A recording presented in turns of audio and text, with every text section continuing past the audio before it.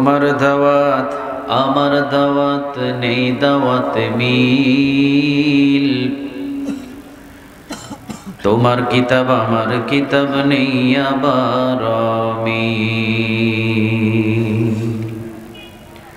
তোমার দাওয়াত আমার দাওয়াত নেই দাওয়াতে মিল, তোমার কিতাব আমার কিতাব নেই আবার মিল। তোমার দাওয়াত মাংস পোলাও প্লেটে ভরা ভাত, আমার দাওয়াত জেলখানাতে দুর্বিষহ রাত। তোমার দাওয়াতে সিঁড়ি নিচে তালাশ করা নেক, আমার দাওয়াত ময়দানেতে দিন রাত করায় এক। তোমার দাওয়াত আমার দাওয়াত নেই দাওয়াতে মিল, তোমার কিতাব আমার কিতাব নেই আবার মিল। তোমার দাওয়াত দেখে না ঘুষ সমাজ ভরা সুদ, তোমার দাওয়াত বৈধতা দেয় ফিরআউন নমরুদ। আমার দাওয়াত ইসলাম আইন আল কোরআনের বল, আমার দাওয়াত মানে না তো জুলুম বাজের দল। তোমার দাওয়াত আমার দাওয়াত নেই দাওয়াতে মিল, তোমার কিতাব আমার কিতাব নেই আবার মিল। তোমার কিতাব আমার কিতাব নেই আবার মিল, তোমার কিতাব আমার কিতাব নেই আবার মিল। আপনারা সবাই কেমন আছেন? আলহামদুলিল্লাহ, আমিও ভালো আছি। আমাদের সবাইরে ভালো রাখছেন কে? সবাইরে সুস্থ রাখছেন কে? সব নিয়ামত গুলো কার? আজকের এই জান্নাতের বাগান সাজিয়েছে এই নিয়ামতটা কার? আমরা এসে বসতে পেরেছি এই নিয়ামতটা কার? আমরা অসুস্থ হইলে আসতে পারতাম? কেউ পারতেন? আলহামদুলিল্লাহ বলবেন না? আল্লাহ বলছেন ওয়াইন তাউদ্দু নি'মাতাল্লাহি লা তুহসুহা, আমার নিয়ামত গণে শেষ করতে পারবি না। মাছ যেভাবে পানির ভিতরে ডুবে আছে, আল্লাহ বলছেন আমার নিয়ামতের ভিতরে প্রতিটা বান্দা এইভাবে ডুবে আছে। আল্লাহ বলছেন তুই যদি সেজদা দিয়ে কিয়ামত পর্যন্ত পড়ে থাকিস, আমার নিয়ামতের শুকরিয়া আদায় করেও শেষ করতে পারবি। কত নিয়ামত দিয়েছে আমাদেরকে, আলহামদুলিল্লাহ বলে। জয়মঙ্গলপুর খিলের বাড়ি জামে মসজিদের উদ্যোগে এলাকাবাসী বা যুবক ভাইরা যারা আয়োজন করেছেন, আল্লাহ কোরআনের ময়দানকে কবুল করো। মসজিদ এইটা আমাদের ঘর নয়, এই মসজিদটা কার? সহিহ হাদিসের বর্ণনা যে দুনিয়াতে আল্লাহ বলেন যে দুনিয়াতে একটা ঘর বানাবে আমার, আমি আল্লাহ তার জন্য জান্নাতে একটা ঘর বানাবো। আপনারা এখানে আজকে সবাই নিয়ত করেন, আমার নিয়ত সহি আছে কি জানেন? আমি যদি আল্লাহ কোনোদিন তৌফিক দেয়, আমার পছন্দ মতো আল্লাহর জন্য একটা জমিনে ঘর বানাবো। আপনাদের এই নিয়ত নাই? নিয়ত করলে কি কোনো গুনাহ আছে? সবাই নিয়ত করেন যে কোনোদিন যদি আল্লাহ তৌফিক দেয়, কোনোদিন যদি সেই অর্থ দেয়, আল্লাহর ঘর হবে আমাদের পৃথিবীর যত মানুষের ঘর আছে সবচাইতে সুন্দর ঘর, ঠিক কিনা? আল্লাহর জিনিসগুলো হবে সব পছন্দের মতো, মানে আমার মালিক যাতে খুশি হয়ে যায়। তো এই জন্যে আমরা প্রত্যেকে নিয়ত করি যাতে তার জন্য একটা আমরা ঘর বানাতে পারি। আপনারা নিয়ত করছেন? চেয়ারম্যান সাহেবে করছেন? আলহামদুলিল্লাহ, ভালো নিয়ত, খারাপ নিয়ত না। এই যে আমরা নিয়ত করলাম না, একটা নেক আমরা পেয়ে গেছি। আপনি এখানে যদি বসে নিয়ত করেন আমি হজ করতে যাব, আল্লাহ তুমি আমার তৌফিক দাও, আমি হজের নিয়ত করলাম, আপনি একটা নেক পেয়ে যাবেন। তে নিয়ত করলে অসুবিধা নেই, আল্লাহ পূরণ করুক আর না করুক, হয়তো কোনোদিন কবুলও করতে পারে, ঠিক কিনা? তো এই জন্যে যত মসজিদের উদ্যোগে অনেকে দান করলেন, আমি অনেক খুশি হয়েছি আপনাদের দান করা দেখে, আলহামদুলিল্লাহ। কার জন্য দান করেছেন? সবাই জন্য বলেন, কার জন্য? আল্লাহর জন্য। আল্লাহর বেশি ভালোবাসবেন। আল্লাহর ভালোবাসা যদি হয় আপনার ভিতরে 3 কেজি, আল্লাহ আপনারে ভালোবাসবে 6 কেজি। আপনি যদি ভালোবাসেন 6 কেজি, আল্লাহ বাসবে 12 কেজি। মানে আপনার ডাবল ভালোবাসা কার? আল্লাহ। আল্লাহ আপনার বেশি ভালোবাসে। ভালোবাসে বিদেই তো হাজার গুনাহ করার পরেও আমরা এখনো টিকে আছি। হাজারো আমাদের গুনাহ আছে, আমাদের গুনার কোনো শেষ নেই। এরপরেও দেখেন না, সমাজের ভিতরে আমরা এত গুনাহ করি, কেউ জানে না, তারপরেও আমাকে দেখে কত মানুষ সালাম দেয়। এই গুনাহ যদি প্রকাশ করে দিত, জুতার মালা দিত আমার গুনাহ। অথচ আমরা এত গুনাহ করেছি, আমাদের প্রতিটা গুনাহ আল্লাহ রহমতের চাদর দিয়ে ঢেকে রেখেছে। আপনার গুনার খবর আপনার বিবিকে আল্লাহ জানাই নাই। আপনার গুনাহের খবর যদি আপনার পাশের যে ঘুমিয়ে থাকে বিবিকে জানাইতো, ওই বিবি পরের দিন থেকে ভাত খাইতো না, চলে যাইত। এমন গুনাহ আমাদের নাই? আবার বিবিরও এমন কিছু গুনাহ আছে, স্বামীরে যদি জানাইতো স্বামী সেই দিনে তালাক দিয়ে দিত। কিন্তু গোপন রেখেছেন কে? আল্লাহ বলেন, আমি কাউরে জানাই না, কারণ তোকে আমি বেশি ভালোবাসি। সমাজের ভিতরে এত কিছু গুনাহ হয়ে পড়েছি আমরা, রাতের অন্ধকারে, দিনের অন্ধকারে। এই গুনাহ যদি একদিন মসজিদের ভিতরে আল্লাহ যদি প্রকাশ করে দিত যে এই বান্দা গত রাতে এই গুনাহটা করেছে, আমাদের ইজ্জত কি থাকতো? সম্মান কি থাকতো? কিন্তু সম্মানটা টিকিয়ে রাখছেন কে? দেখেন, গুনাহ করতে গেলে একটা পথ এবং নেক কাজ করতে গেলে আরেকটা পথ। আলহামদুলিল্লাহ। কিরামান কাতিবিন ইয়ালামুনা মা তাফআলুন। আল্লাহ তাদেরকে অনুমতি দিলেন, ফেরেশতারা, আমার বান্দা যদি গুনাহের কাজ নিয়ত করে, খবরদার গুনাহ লিখতে পারবি না। সুবহানাল্লাহ বলবেন না? আর আমার বান্দাগুলো যদি কোনো নেক কাজের নিয়ত করে, একটা নেক লিখে দিবি। গুনাহের কাজ যখন আপনি করতে যান, তাফসীরে তাবারিতে এসেছে 3 বার আল্লাহ পিছন থেকে আপনাকে ডাক দেয়। কয়বার? 3 বার। বান্দা বড় মহব্বত করে বানাইছি, তোরে যাস না। বান্দা বড় মহব্বত করে বানাইছি, এই মুখের ভিতরে গাঁজা উঠাস না। বান্দা বড় মহব্বত করে তোরে বানাইছি, এই মুখ দিয়ে মদ পান করিস না।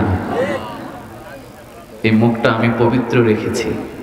10 মাস 10 দিন মায়ের পেটের ভিতরে আল্লাহ রাখছেন, নাভি দিয়া কালেকশন দিছে। মুখের ভিতরে নাপাক রক্ত মায়ের লাগাই নাই, কারণ তুই এই জবান দিয়ে লা ইলাহা ইল্লাল্লাহ পড়বি। তুই আমাকে ডাকবি, তোর পবিত্র রবকে ডাকবি, এই জন্য তোর মুখটা আমি পবিত্র রেখেছি। 3 বার ডাকে বান্দাকে পিছন থেকে, বান্দা ফিরে আয়, ফিরে আয়, ফিরে আয়। এরপরও যখন বান্দা গুনাহ করেই ফেলে, আল্লাহ ফেরেশতাদেরকে অনুমতি দেয়, খবরদার এই গুনাহ একটা লিখবি এবং কেউ যাতে না জানতে পারে, রহমতের চাদর দিয়ে ঢেকে রাখ।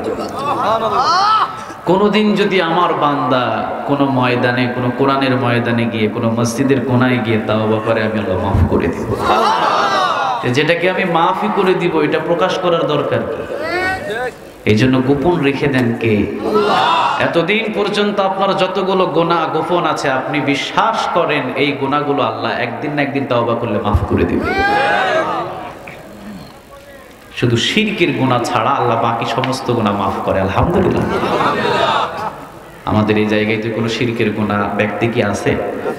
আল্লাহ ছাড়া কাউকে কি আমরা রব মানি?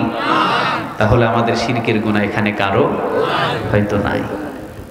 শিরক করছেন তারা যারা মাঝখানে একটা মূর্তি রেখে নমো নমো এই সেই বলছে, তারা শিরক করছে। কিন্তু আমরা কি ওই রকম? আমরা কাকে রব মানি? সবাই বলেন কাকে? ওই মালিকের জন্য যদি বুকের তাজা রক্ত ঢেলে দিতে হয়, সেটাও আমরা 24 ঘন্টা প্রস্তুত আছি। চিল্লা বলো ঠিক কিনা? 1 ইঞ্চি পরিমাণও আমরা সরে দাঁড়াই না, ঠিক কিনা? এই জন্য আমাদেরকে বেশি ভালোবাসেন কি?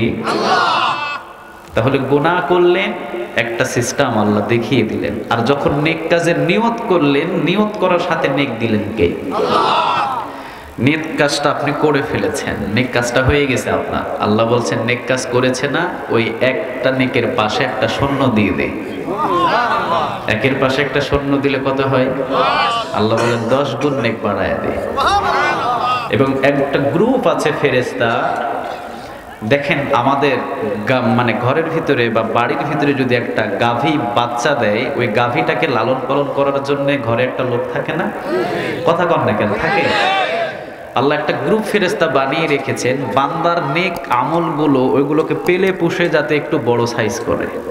সুবহানাল্লাহ বলবেন না?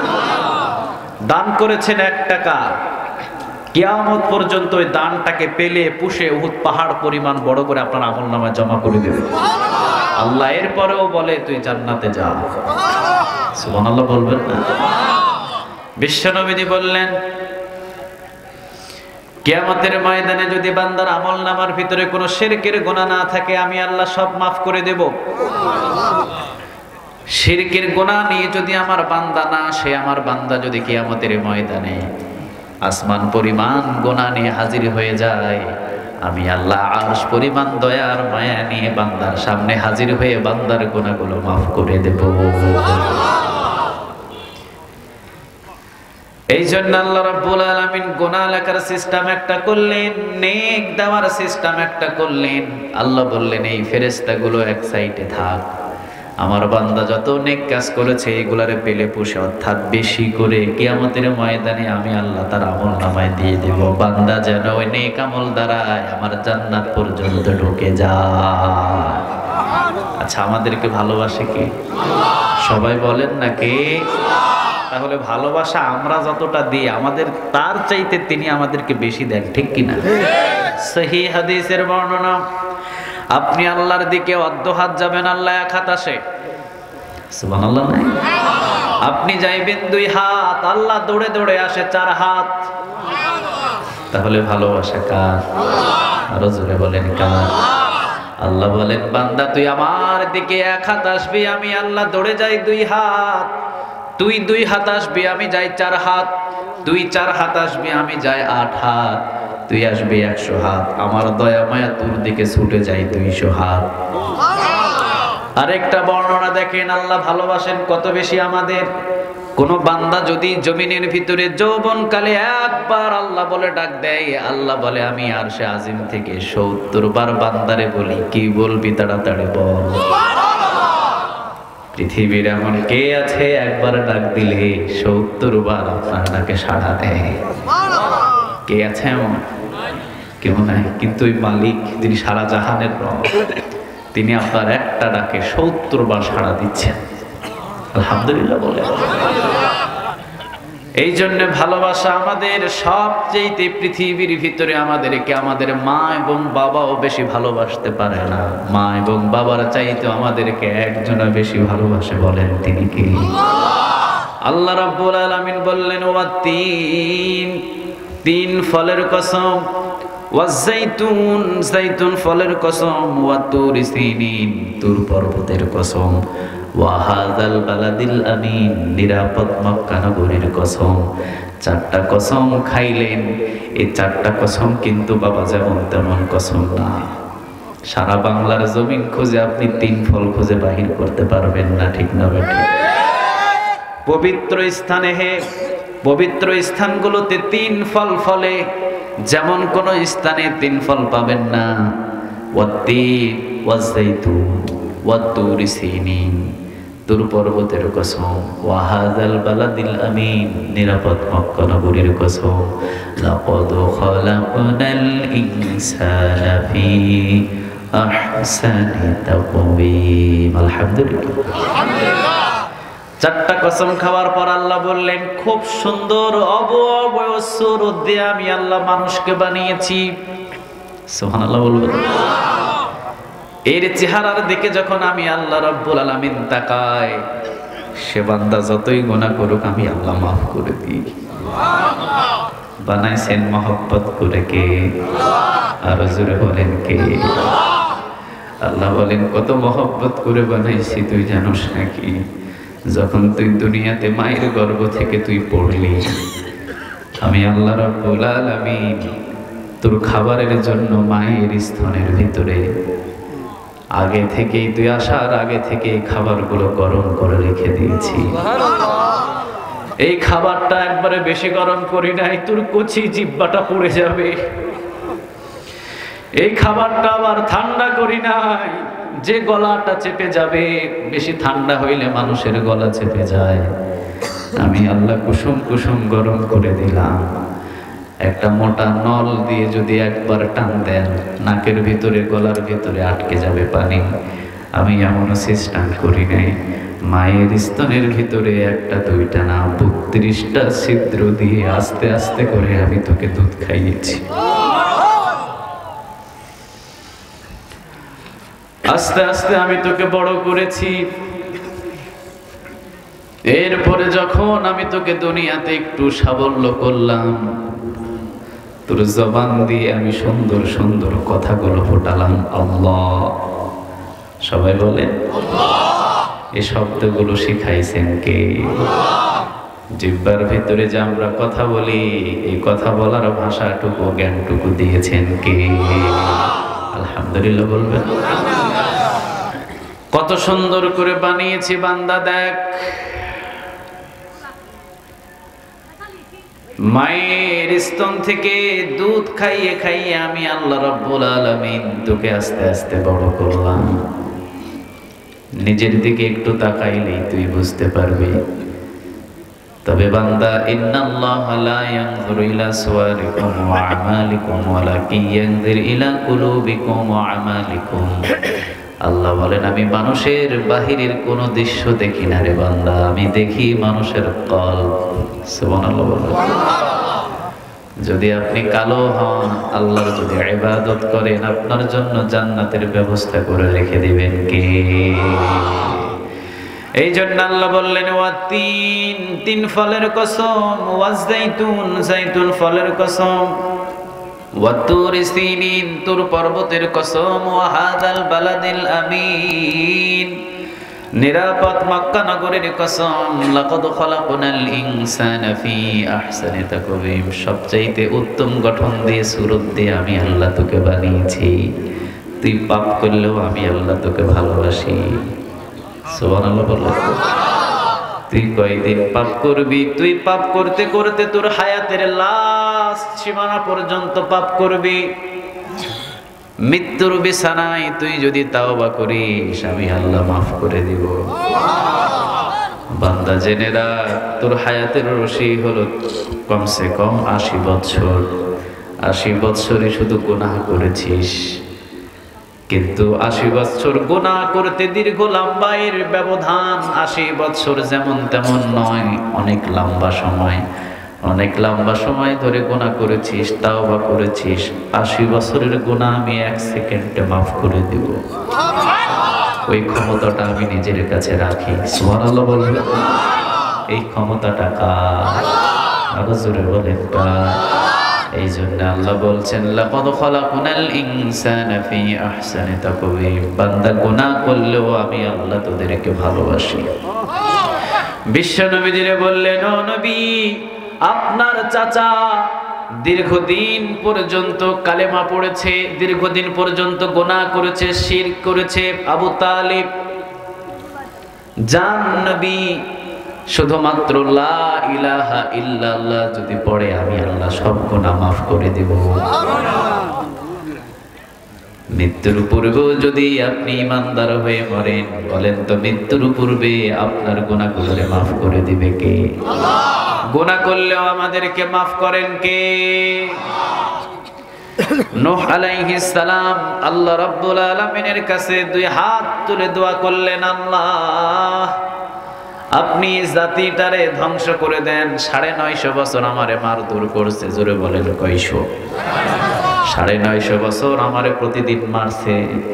জিবরিল আইসা টান দিয়ে আমারে উঠাইছে পাথরের নিচ থেকে।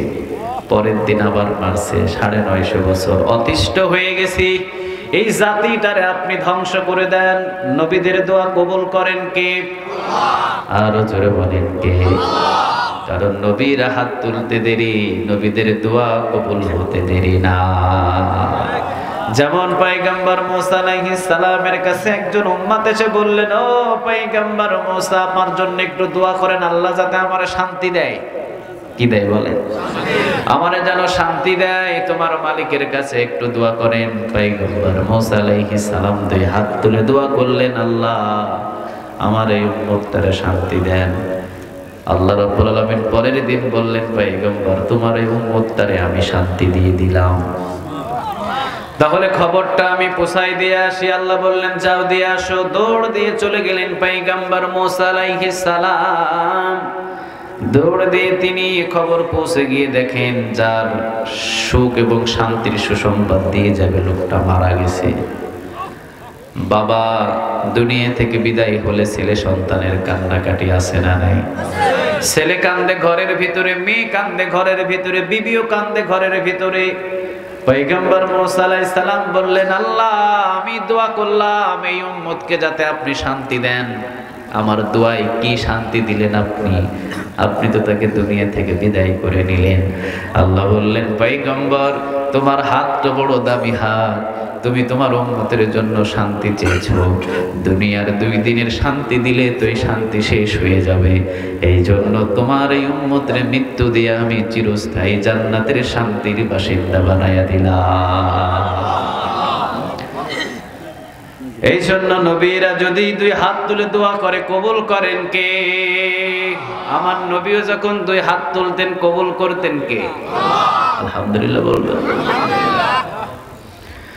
একজন সাহাবী গ্রাম থেকে আসলেন, বিশ্বনবীজি বললেন কোথায় থেকে এসেছো? সাহাবী বললেন অমুক গ্রাম থেকে। বাড়ি কোথায়? কয় বাড়ি নাই। ঘর কোথায়? ঘরও নাই। সাহাবী বললেন কালিমা পড়ার কারণে মা এবং বাবা বাড়ি থেকে বাহির করে দিয়েছে। কত বড় পরীক্ষা চিন্তা করে, বাড়ি থেকে বাহির করে দিয়েছে কালিমা পড়ার কারণে।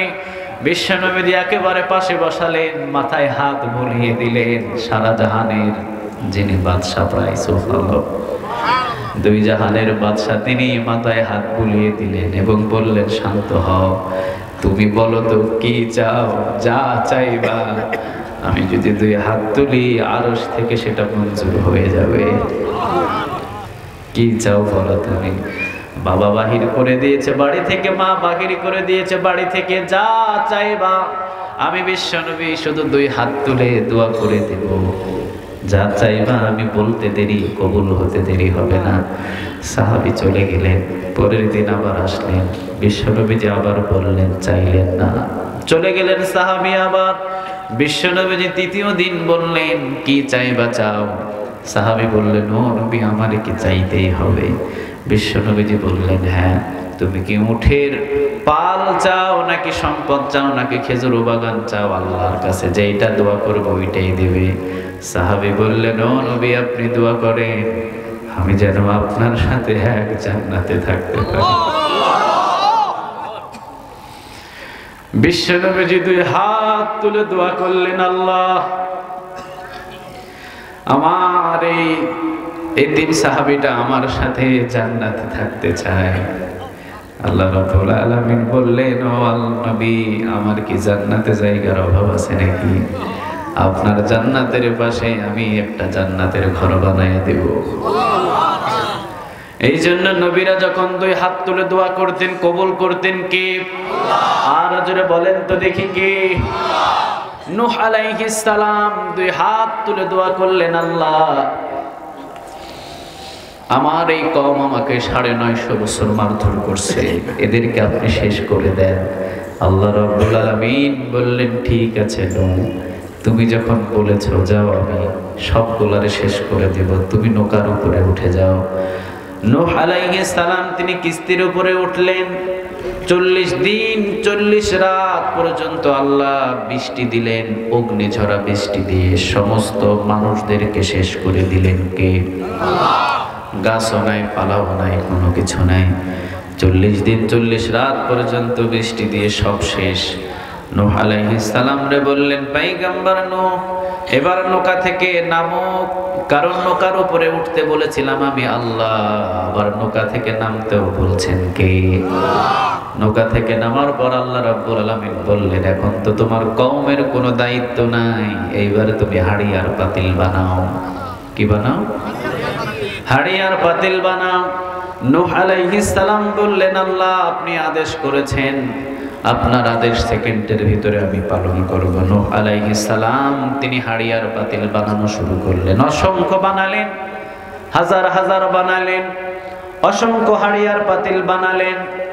6 মাস পরে আল্লাহ রাব্বুল আলামিন ডাক দিয়ে বললেন, পয়গম্বর নূহ, হাড়িয়ার পাতিল যতগুলো বানিয়েছো কষ্ট কেমন হয়েছে? নূহ আলাইহিস সালাম বললেন, আল্লাহ অসংখ্য কষ্ট করলাম। বৃষ্টি হলে ঘরে উঠাতাম, আবার যখন রোদ হতো আবার বাইরে নিয়ে আসতাম। আল্লাহ বললেন, কষ্ট তো অনেক করেছো, ঠিক আছে, এবার হাতের যে লাঠি আছে লাঠি দিয়ে সব হাড়ি পাতিল গোলারে ভাঙ, সব গোলারে ভাঙ। হাতের লাঠি দিয়ে সব হাড়ি পাতিল গোলারে একের পর এক ভাঙছেন, আর চোখের কোনায় পানি নিয়ে আসছেন।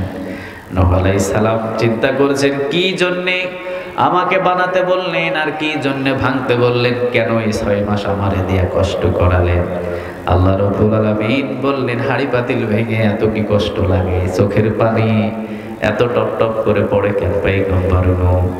তুমি যখন আমার কাছে বললা 950 বছর আমার কম তোমাকে জ্বালাইছে, তাদেরকে বললা শেষ করে দিতে, সাধারণ 6 মাসের হাড়ি পাতিল ভেঙে যদি তোমার এত কষ্ট লাগে, আমার এই 950 বছর কমদেরকে যে আমি খাওয়াইছি পড়াইছি তাদেরকে শেষ করে দিতে দিয়ে আমার আল্লাহর কলিজাটা কষ্ট লাগে না? তারা যখন তোমাকে প্রতিদিন মারতো, প্রতিদিন তোমাকে আঘাত করতো, এরপরেও যখন আমার কাছে কালেমা পড়ে ঈমান আনতো, আমার পথে চলে আসতো, আমি আল্লাহ তাদের পিছনের গুনাহ মাফ করে দিতাম। সাধারণ হাড়ি পাতিল ভেঙে যদি এত কষ্ট লাগে, আমার বান্দারে যে আমি শেষ করে দিলাম, আমার আল্লাহর কতটা কষ্ট লাগছে। এই জন্য আল্লাহ রাব্বুল আলামিন বলেন, লাকাদ খালাকনাল ইনসানা ফি আহসানি তাকওয়িম, বান্দারে সবচাইতে অবয়ব সুরত দিয়ে আমি আল্লাহ তোদেরকে বানিয়েছি। সুবহানাল্লাহ বলেন। আমি তোদেরকে মহব্বত করি। কয়টা গুনাহ করেছস? যতই গুনাহ কর না কেন, আমি আল্লাহর কাছে মাফ চাইবি, আমি আল্লাহ মাফ করে দিব। তবে মানুষদের ভিতরে আবার আল্লাহ রাব্বুল আলামিন বললেন, মানুষদের ভিতরে আবার আমি কাতার দিয়েছি। এই মানুষদের ভিতরে সর্বশ্রেষ্ঠ একজন মানবরে আমি বানিয়েছি, তার নাম হলেন মুহাম্মদুর রাসূলুল্লাহ। এইটার চূড়ান্ত দাম আখিরের উম্মতদেরকেও দামি বানায়া দিয়েছেন কে? আল্লাহ বললেন, মানুষ বানিয়েছি আমি আল্লাহ সবচাইতে শ্রেষ্ঠ। তবে সবচাইতে শ্রেষ্ঠ মানুষের ভিতরে আবার একটা দামি মানব, যিনি হলেন মুহাম্মদ সাল্লাল্লাহু। আমার এই রাসূল হ্যাঁ বললে হালাল হয়ে যায়, আবার যদি না বলেন হারাম হয়ে যায়। আমার রাসূল আঙ্গুলটারে উঁচু করলে চন্দ্র 2 টুকরা হয়ে যায়। আমার রাসূল পা উঁচু করলে আল্লাহর মেরাজে চলে যায়। ছোট্টবেলা থেকে আমার রাসূলকে ভালোবাসতেন কে? আর জোরে বলেন তো দেখি কে? আমিনা। তিনি যেন বলছেন, ইবনে হিশামের বর্ণনা, আমিনা বলছেন, আমার এই মুহাম্মদ জন্ম নিল, কে আমার এই মুহাম্মদকে খেলনা এনে দেবে? কে আমার এই মুহাম্মদকে খেলনা এনে দেবে? জন্মের আগেই তো আমার এই মুহাম্মদের বাবা দুনিয়া থেকে বিদায় হয়ে গেছে। আল্লাহ জানি ডাক দিয়ে বলে, ও আমিনা, তুই এই মুহাম্মদকে দুনিয়ার এই প্লাস্টিকের খেলনা এনে দেবে, ভালো খেলনা এনে দিতে পারবে না। শুধু সন্ধ্যাটা হতে দে, আকাশের চাঁদ এনে মুহাম্মদের সামনে হাজির করে দেব। আকাশের চাঁদ এনে হাজির করে দেব, চাঁদের সাথে মুহাম্মদ খেলা করবে। জন্মের আগে বাবাকে নিলেন, জন্মের পরে মাকে নিলেন, কিন্তু 24 ঘন্টায় দামি মানুষটাকে হেফাজত করেছেন কে? যেই দিন মা দুনিয়া থেকে বিদায় হয়ে গেলেন, যেই দিন মা দুনিয়া থেকে বিদায় হয়ে গেলেন 6 বছর বয়সে, উম্মে আইমান বলেন, পাহাড়ের উপরে আমিনাকে দাফন করলাম আমরা নিজে। মুহাম্মদ দাফন করতে দেয় না। মুহাম্মদ বলে, কেন মাটি চাপা দাও? মুহাম্মদকে একজন দাসী শক্ত করে ধরে রাখলেন, আমি উম্মে আইমান নিজে দাফন করে দিলাম। মুহাম্মদকে জোর করে পাহাড় থেকে নিচে এনেছি। আমি উট প্রস্তুত করছি উটটাকে নিয়ে যাওয়ার জন্য, পিছনে তাকায় দেখি মুহাম্মদ নাই। দৌড় দিয়ে উপরে গিয়ে দেখি মায়ের কবরের উপরে হামড়ে পড়ে বলছে, মা জন্মের আগে বাবাও গেল, জন্মের পরে তুমিও গেলা, আমারে দেখবে কে? কে দেখবে? ইবনে হিশামের বর্ণনা, ও মুহাম্মদ, মহামানব বানাইছি আমি আপনারে, সব চাইতে দামি মানব আপনি, শ্রেষ্ঠ মানব বানিয়েছি আমি আল্লাহ আপনাকে। আপনার কষ্ট বেশি, এই কষ্টটা এক পাল্লাই দেওয়া হবে, পৃথিবীর সমস্ত মানুষের কষ্ট এক পাল্লাই দেওয়া হবে, আপনার কষ্টের ওজনটা বেশি হয়ে যাবে। এই জন্য যত দামি মানুষ দুনিয়াতে জীবিত থাকবে, ওই মানুষটার কষ্ট তত বেশি। যত কোরআনের পক্ষে মানুষ কাজ বেশি করবে, ওই মানুষের উপরে তত কষ্ট বেশি আসবে, ঠিক না ঠিক? পরিস্থিতি 11 বছর পর্যন্ত 4 দেয়ালের ভিতরে বন্দী আছে, মনে কইরেন না এমনি এমনি আছে। ওই মানুষটা যখন লক্ষ লক্ষ মানুষের সামনে কোরআনের কথা বলতেন, হিন্দু থেকে খ্রিস্টান থেকে চাকমা থেকে কালেমা পড়ে মুসলমান হয়েছে। অনেকেই তো কোরআনের দাওয়াত দেয়, কয়টা অমুসলিম মুসলমান হয়, কিন্তু তিনি যখন কোরআনের দাওয়াত দিতেন অমুসলিম মুসলমান হতো, ঠিক না বেঠিক? ওই যে কোরআনের জন্য বেশি কাজ করেছেন, এই জন্য পরীক্ষার ভিতরেও বেশি ফেলেছেন কে? ইমাম আবু হানিফা। কত বড় ইমাম তিনি! চলে যাবে? ঠিক আছে, ঠিক। ইমাম আবু হানিফা কত বড় ইমাম! জেলখানার ভিতরে ভরা হলো ইমাম আবু হানিফাকে। ইমাম আবু হানিফা রাষ্ট্রের বিপক্ষে, যারা রাষ্ট্র চালালেন তাদের বিপক্ষে লেখা শুরু করলেন। ইমাম আবু হানিফাকেও জেলখানার ভিতরে ভরা হলো, ঠিক না ঠিক? কথা নাই, স্টেজে একটু আসতে বসেন, এখানে বসেন, আপনি বসেন, মুরব্বী বসেন। ইমাম আবু হানিফা জেলখানার ভিতরে ভরা হলো তাকে। এত বড় জবরদস্ত ইমাম, তিনি জেলখানার ভিতরে প্রতিদিন আঘাত করা হয়। পাগলা কিছু কুকুর ঢুকিয়ে দেওয়া হলো যাতে ইমাম আবু হানিফাকে কামড়ায়, কিন্তু যদি আল্লাহ রক্ষা করে পৃথিবীর কেউ তাকে শেষ করতে পারে না। ইমাম আবু হানিফা কোরআনের জন্য এত কথা বললেন, এত কথা লিখলেন, কিন্তু পরীক্ষার সম্মুখীন পৌঁছায়া দিলেন কে? ইমাম আবু হানিফা। তিনি জেলখানার ভিতরে ঢুকলেন। জেলখানার ভিতরে ঢোকার পর ইমাম আবু হানিফাকে কোনোভাবে দমানো যায় না, কারণ যে মুমিন আর যে মুত্তাকি জীবন দিয়ে দিবে, ফাঁসির মঞ্চে উঠবে, কিন্তু কোরআনের একটা আয়াতকে সে অস্বীকার করবে না। আমার গলায় যদি ছুরি ধরিয়ে দেওয়া হয় আর আমাকে বলে শুধু একটা আয়াত তুই বাদ দিয়ে দিবি, আমি বলবো ছুরি গলায় চালা, কোরআনের একটা আয়াত আমি অস্বীকার করতে রাজি না। এই হলো মুমিন, এই হলো মুত্তাকি, এই হলো ইমানদার। ইমাম আবু হানিফাকে বলা হলো কোরআনের যেই কথাগুলো তুমি লিখছো, রাষ্ট্রের ভিতরে মানুষদেরকে ভাগাভাগি করছো, এই কথাগুলো লেখা বন্ধ করে দাও। ইমাম আবু হানিফা বলছেন আমি তো পৃথিবীর কারো কথা লিখি না, কথাগুলো লিখি কার? আল্লাহ। আর জোরে বলেন তো দেখি কার? আল্লাহ। ইমাম আবু হানিফার মাকে নিয়ে আসা হলো। ইমাম আবু হানিফার মাকে নিয়ে আসার পর ইমাম আবু হানিফার মা সামনে রাখা হলো। ওইদিকে ইমাম আবু হানিফাকে পিটানো হয় আর মা সামনে থেকে দেখে, মনে করে মায়ের সামনে যদি ইমাম আবু হানিফাকে পিটানো হয়, যদি আঘাতের পর আঘাত করা হয়, মা সহ্য করতে পারবে না। এই জন্য মা যদি নসিহত করে ইমাম আবু হানিফা ফিরে আসবে। কিন্তু এইটা তো যেমন তেমন মা না, যে মায়ের গর্ভে ইমাম আবু হানিফা জন্ম নিয়েছে, এটা তো সাধারণ মা হতে পারে না, ঠিক না বেঠে? ইমাম আবু হানিফার মাকে নিয়ে আসা হলো। ইমাম আবু হানিফাকে জোব তোটে খালি গা করে পিটানো হচ্ছে। মাকে বলা হচ্ছে বলেন আপনার ছেলেকে নসিহত করেন, আপনার ছেলে যাতে এই কথাগুলো লেখা বন্ধ করে দেয়। মা ওই পার্শ্বে থেকে বলছে ইমাম আবু হানিফা নিঃশ্বাস যাওয়া এবং আসা পর্যন্ত কোরআনের হক কথাগুলো বলে যাবে। নিঃশ্বাস থাকা পর্যন্ত কোরআনের হক কথাগুলো বলে যাবি, খবরদার পিছুটান নিবি না। আলহামদুলিল্লাহ বলেন। জীবন্ত ঢুকেছিলেন জেলখানায়, লাশ হয়ে বাহির হয়েছে জেলখানা থেকে। কোরআনের কথা লিখলে অবশ্যই আপনার উপরে বিপদ আসবে, ঠিক না বেঠিক?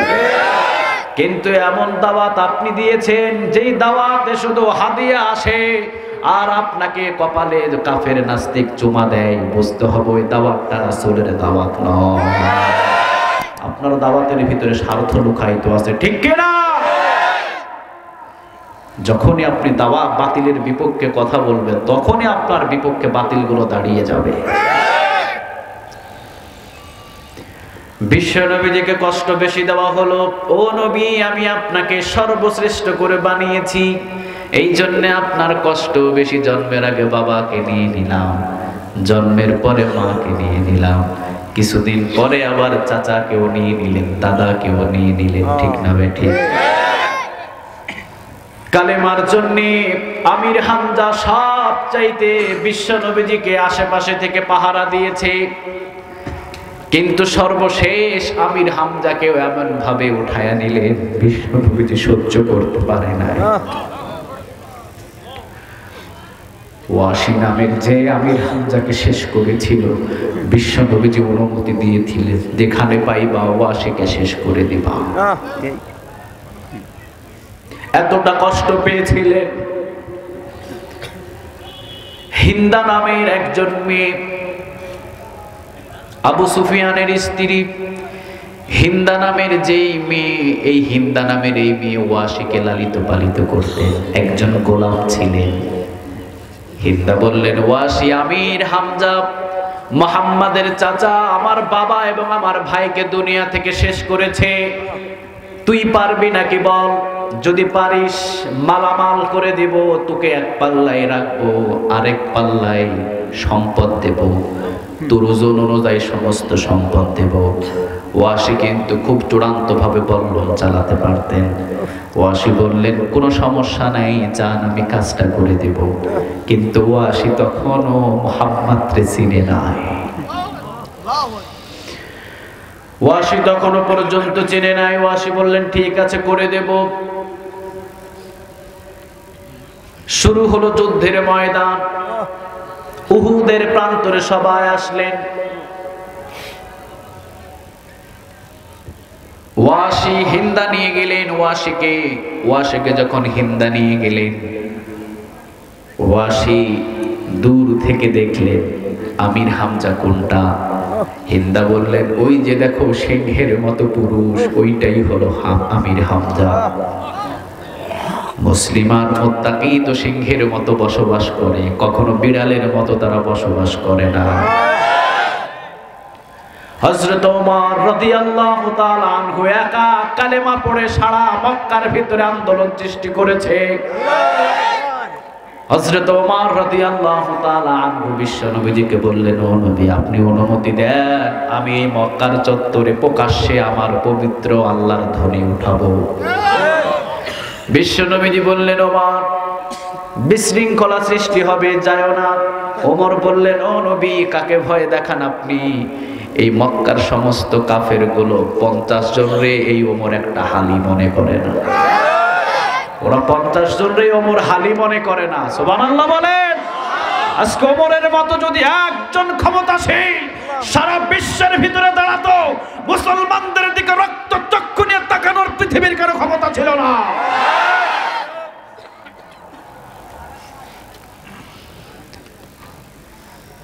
আমির হামজা সিংহের মতো ঘোড়ার পিঠের উপরে আছেন, যুদ্ধের ময়দানে যুদ্ধ করছেন। হিন্দা বললেন, ওই যে দেখো ওইটাই আমির হামজা। শুধু আমির হামজারে ওয়াসি দেখতে দেরি, ওয়াসির কলিজার ভিতরে ধুকধুকানি শুরু হয়েছে। সর্বনাশ, এত বড় পালোয়ানরে আমি কিভাবে শেষ করব? আমি নিজে চোখে দেখেছি আমির হামজার যে কবরটা, আমার মতো প্রায় 4টা থেকে 5টা মানুষ হবে, এত লম্বা কবর। সিংহের মতো ইসলামের কালেমার পতাকার জন্য যুদ্ধ করছেন তিনি। বিশ্বনবীর বয়স যখন হয়েছিলেন প্রায় 40-এর ওই পারে, প্রায় যখন 50 থেকে 55, আমির হামজার বয়স তখন 70 থেকে 75। এত বৃদ্ধ বয়সেও যৌবনকালের চাইতে বেশি শক্তিশালী দিয়ে যুদ্ধ করতেন। সুবহানাল্লাহ। লাস্ট যে কষ্টটা পেলেন আমার রাসূল, সইতেই পারলেন না তিনি।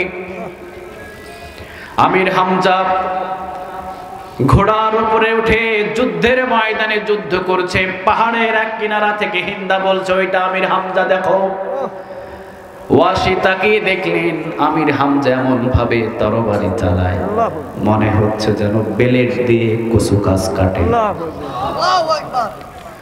বেলেট দিয়ে কচু গাছ কাটলে যেইভাবে পোঁচানো হয়, আমির হামজার হাত থেকে এইভাবে যত দ্রুত ভাবে তরবারি চলে, সুবহানাল্লাহ বলেন। কোন কাফেরের বাচ্চা আমির হামজার আশেপাশে আসতে পারে না, তরবারি চালানো এতটা গতি ছিল। ওয়াসি দেখেই বললেন, আমার পক্ষে সম্ভব না। হিন্দা বললেন, তুমি কি কাপুরুষ নাকি? তুমি কি কাপুরুষ নাকি? তোমাকে সম্পদ দেব, ডাবল সম্পদ দেব। এইদিকে সম্পদের লোভ করেন আর ওইদিকে বলেন, আমি যদি এত সিংহের মতো পালনের সামনে দাঁড়াই, আমি ওয়াসি মাছির মতো উড়ে চলে যাব। তিনি বল্লমটা ধরলেন। আমির হামজা যুদ্ধ করতে করতে আসছেন, বল্লম মারবেন। আমির হামজার তরবারি চালানো দেখে আবার ওয়াসি পালিয়ে গেলেন, যুদ্ধের ময়দানে আবার ঢুকে গেলেন। আবার যুদ্ধ করতে করতে যখন আবার পাহাড়ের কিনারের দিকে আমির হামজা আসলেন, ওয়াসি বুঝলেন এইটাই সুযোগ, যুদ্ধের ময়দানে এসে যুদ্ধ করলেন। এই জায়গায় এসে শেষ। আমির হামজা যখন ঘোড়াটা আবার ঘোরালেন, পিছন থেকে ওয়াসি বল্লমটা ছুঁড়ে মারলেন। আমির হামজার পিছন দিকে ঢুকে ঠিক বুক বরাবর বল্লমের আধা অংশ বাহির হয়ে গেল। আমির হামজা উঠিয়ে পড়লেন। দুনিয়া থেকে বিদায় হয়ে গেলেন আমির হামজা। যুদ্ধের ময়দানে পরাজিত হলেন। সব সাহাবীরা পাহাড়ের উপরে উঠে গেলেন। হিন্দাকে নিজ হাত দিয়ে ধরে ওয়াসে নিয়ে আসলেন, বললেন, আসেন, আমি আমির হামজাকে শেষ করে দিয়েছি। আমির হামজার কাছে আসলেন। হিন্দার ডান পা, আমার বলতেও লজ্জা করে, হিন্দার ডান পাটা আমির হামজার বুকের উপরে উঠালেন। ডান পা বুকের উপরে উঠিয়ে ঘষায় আর বলে, সিংহ এবং বাঘের মতো পুরুষ, এখন লটিয়ে তুমি পড়ে আছো কেন? বল্লমটা বাহির করতে বললেন। ওয়াসি বল্লম বাহির করলেন। হিন্দা বললেন, মাথা থেকে পা পর্যন্ত চিরে ফেলো। বুকটা চিরলেন, মাথা থেকে পা পর্যন্ত চিরে ফেলা হলো। হিন্দা বললেন, কলিজাটা দাও। কলিজা চাবিয়ে চাবিয়ে হিন্দা খাইলেন। প্রায় 100-এরও বেশি টুকরা করলেন আমির হামজাকে। পাহাড়ের কিনারা নিয়ে অনেক টুকরা করলেন। বিশ্বনবীজি যখন সমস্ত কাফের গুলো চলে গেলেন, পাহাড় থেকে নেমে আসলেন। বিশ্বনবীজি বলেন, আমার চাচা কোথায়? কোথায় আমার চাচা? কোন জায়গায় আমার চাচা? আমার চাচা কোথায়? চাচাকে নিয়ে আসো। সবাই খোঁজাখুঁজি শুরু করলে, কেউ আমির হামজাকে পায় না। ঘন্টা 2 পর একজন সাহাবী ডাক দিয়ে বললেন, ও নবী, ওই পাহাড়ের কিনারায় একটা লাশ দেখা যায়, কিন্তু কার লাশ আমরা কেউ চিনি না। বিশ্বনবীজি দৌড় দিয়ে গেলেন। বিশ্বনবীজি হাতের আঙ্গুলগুলো দেখে চিনতে পারলেন, এটাই আমার চাচা। এত খন্ড করেছে। বিশ্বনবীজি 2জন সাহাবী কাঁধের উপরে হাত দিলেন, দাঁড়িয়ে থাকতে পারছেন না, এতটা কষ্ট করলেন। আল্লাহ, আমার যে চাচা 24টা ঘন্টা আমাকে নিয়ে এতটা পাহারাদারি করতো, আমার চাচাকে কেন এভাবে আপনি বিদায় করে নিলেন? আল্লাহ বললেন, ও নবী, আপনি হলেন জ্যেষ্ঠ মানব, কষ্ট একটু পেতেই হবে, ধৈর্য ধরেন। ইন্নাল্লাহা মা'আস সাবিরিন, আমি আল্লাহ ধৈর্যশীলদেরকে পছন্দ করি। ও নবী, আমির হামজার জীবনের বিনিময়, আপনার দুইটা জীবন্ত দাঁতের জীবনের বিনিময়, আপনার মাথায় লোহার রড ঢোকার বিনিময়, ও নবী পাথরের আঘাতের বিনিময়, প্রায় মক্কা এবং মদিনার কালেমার পতাকা আপনার হাতে আমি উঠায় দিব। কষ্ট আপনাকে পেতেই হবে, কষ্টের পরে আমি আপনাকে সুখ দেব। অনেক স্কলারদেরকে আমরা হারিয়ে ফেললাম ফাঁসির মঞ্চে, অনেক স্কলারদেরকে এখনো হারিয়ে ফেলেছি। আমার হামজা ভাইকে আমি হারিয়ে ফেলেছি, আমার মামুনুল হককে আমি হারিয়ে ফেলেছি, আমার আল্লামা সাঈদীকে হারিয়ে ফেলেছি। তবে মনে করো না, এই কষ্টটা কষ্ট নয়। যখনই বাংলার জমিনটাকে আল্লাহ রাব্বুল আলামিন একান্ত প্রয়োজন করবে, বাংলার জমিনের কোরআনটা পার্লামেন্টে বুঝিয়ে দেবে, সেকেন্ডও দেরি করবে না। কষ্ট তো আমরা করেছি, ধৈর্য নিতে হবে। যখন ধৈর্য নিব তখন সফল করে দিবেন কে? আর জোরে বলেন কে? ও নবী, শ্রেষ্ঠ মানব আপনাকে বানিয়েছি, অবশ্যই আপনাকে ধৈর্য নিতে হবে। বিশ্ব নবীজি ধৈর্য নিলেন। বলেন তো দেখি, প্রায় মক্কা এবং মদিনা তখন ৮,৫০০ বর্গ মাইলের প্রেসিডেন্ট হিসাবে নবীকে নিযুক্ত করলেন কে? শ্রেষ্ঠ মানব, যে মানবটা জীবনে কোনোদিন কোনো মানুষের সাথে বেয়াদবি করে নাই। সুবহানাল্লাহ বলেন। ছোট্টদেরকে দেখলে আপনি বলে কথা বলতেন। সুবহানাল্লাহ বলবেন। বিশ্বনবীজি যখন এই রাস্তা দিয়ে যেতেন, বাবার কোলে মায়ের কোলে ছোট্ট ছোট্ট বাচ্চাগুলো থাকলে বলতো, মা ছেড়ে দাও না, ওই যে আব্দুল্লাহর ছেলে মোহাম্মদের কাছ থেকে একটু আদর নিয়ে আসি। বিশ্বনবীজি রাস্তা দিয়ে হাঁটতেন, ছোট্ট ছোট্ট বাচ্চাগুলো বিশ্বনবীর পিছনে পিছনে দৌড়াইতো। সুবহানাল্লাহ বলবেন। আমরা তো ছোট্ট বাচ্চা দেখলে এমন ধমক দিই, জীবনে আর কোনোদিন কাছেও আসে না। ঠিক না বেঠিক? বিশ্বনবীজি মসজিদে নববীতে নামাজরত অবস্থায় হাসান আর হুসাইন রাদিয়াল্লাহু তাআলা আনহুমা দুইজনা এসেছেন মসজিদে নববীতে। বিশ্বনবীর সাহাবীরা মসজিদে নববীতে পিছনে নামাজ, আসরের নামাজ পড়ছেন। হুসাইন উঠেছেন কাঁধের উপরে, আর হাসান পিছন থেকে ঠেলছেন। বিশ্বনবীজি মাথা উঠানোর জন্য চেষ্টা করছেন আসরের প্রথম রাকাত নামাজে। বিশ্বনবীজি মাথা উঠানোর জন্য চেষ্টা করছেন। আল্লাহ বললেন, যা জিবরিল, আমার হাবিবরে জানিয়ে দে, যতক্ষণ হুসাইন না ছাড়বে ততক্ষণ আমার রাসূল মাথা উঠাতে পারবে না। সিজদাটা দীর্ঘ লম্বা হয়ে গেল, নামাজ শেষ। বিশ্বনবীজি বললেন, নামাজ শেষ করা অবস্থায় একটা মুচকি হাসিও দিলেন। পিছন থেকে সাহাবীরা বললেন, ও নবী, আসরের নামাজ এত সিজদা লম্বা হলো কেন?